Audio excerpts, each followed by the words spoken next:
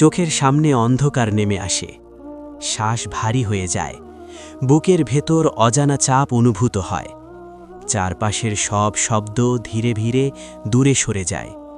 ঠিক সেই মুহূর্তে মানুষ বুঝতে শুরু করে সে আর এই দুনিয়ার নয়। কারণ ইসলামে বর্ণনায় মৃত্যুর সময় মানুষের চেতনা সম্পূর্ণ অক্ষত থাকে, কিন্তু জিহ্বা শক্ত হয়ে যায়, শরীর অবশ হতে থাকে, আর সে কথা বলতে পারে না। রসূলুল্লাহ হজরত মুহাম্মদ সাল্লাল্লাহু আলাইহি ওয়াসাল্লাম বলেছেন, মৃত্যুর সময় ফেরেশতারা মানুষের সামনে উপস্থিত হয় এমনভাবে যে মানুষ স্পষ্টভাবে তাদের দেখতে পায়, কিন্তু পাশে থাকা পরিবার পরিজন কিছুই দেখতে পায় না।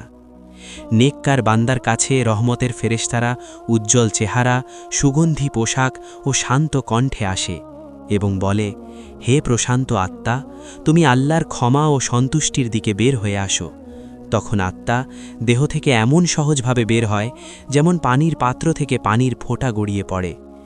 আর কাফের ও পাপী ব্যক্তির কাছে আজাবের ফেরেশতারা কালো চেহারা, ভয়ঙ্কর রূপ ও কঠোর কণ্ঠে আসে এবং বলে, হে অপবিত্র আত্মা, তুমি আল্লাহর গজব ও শাস্তির দিকে বের হয়ে আসো।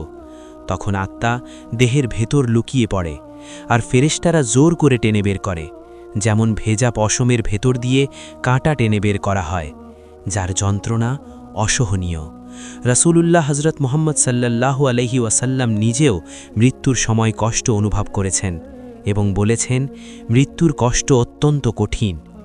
তখন মানুষ বুঝতে পারে দুনিয়ার সম্পদ, স্ত্রী, সন্তান, ক্ষমতা, সম্মান কিছুই তার কাজে আসবে না, শুধু তার আমল তার সামনে জীবন্ত হয়ে দাঁড়াবে। আত্মা বের হওয়ার পর মানুষ নিজের নিথর দেহকে দেখতে পায়, মানুষকে কান্নাকাটি করতে দেখে, গোসল দিতে দেখে, কাফনে জড়াতে দেখে, জানাজার জন্য নিয়ে যেতে দেখে, কিন্তু সে চিৎকার করলেও কেউ শোনে না।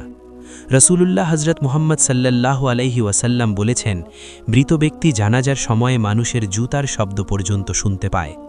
কবরের মধ্যে রাখার পর মুনকার ও নাকির নামক দুই ভয়ঙ্কর ফেরেশতা আসে, কণ্ঠ বজ্রের মতো, চোখ আগুনের মতো। তারা প্রশ্ন করে, তোমার রব কে? তোমার নবী কে? তোমার দিন কি?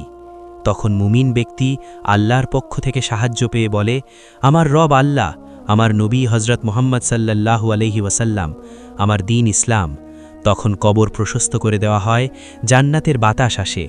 আর কাফের ও মুনাফিক বলে, হায় হায়, আমি জানি না, মানুষ যা বলতো আমিও তাই বলতাম। তখন কবর সংকুচিত হয়ে যায়, পাঁজর একে অপরের মধ্যে ঢুকে যায়, আর আযাব শুরু হয়। কবর হয় জান্নাতের বাগান অথবা জাহান্নামের গর্ত।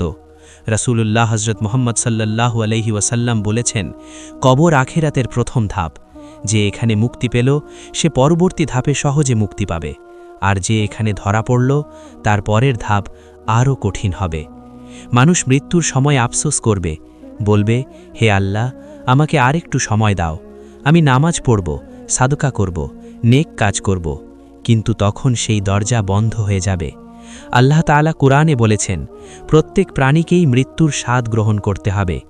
নবী হজরত আদম আলাইহিসসালাম, নবী হজরত নূহ আলাইহিসসালাম, নবী হজরত ইব্রাহিম আলাইহিসসালাম, নবী হজরত মুসা আলাইহিসসালাম, নবী হজরত ঈসা আলাইহিসসালাম সবাই মৃত্যুর স্বাদ গ্রহণ করেছেন, এবং সর্বশেষ রসূলুল্লাহ হজরত মুহাম্মদ সাল্লাল্লাহু আলাইহি ওয়াসাল্লামও দুনিয়া থেকে বিদায় নিয়েছেন।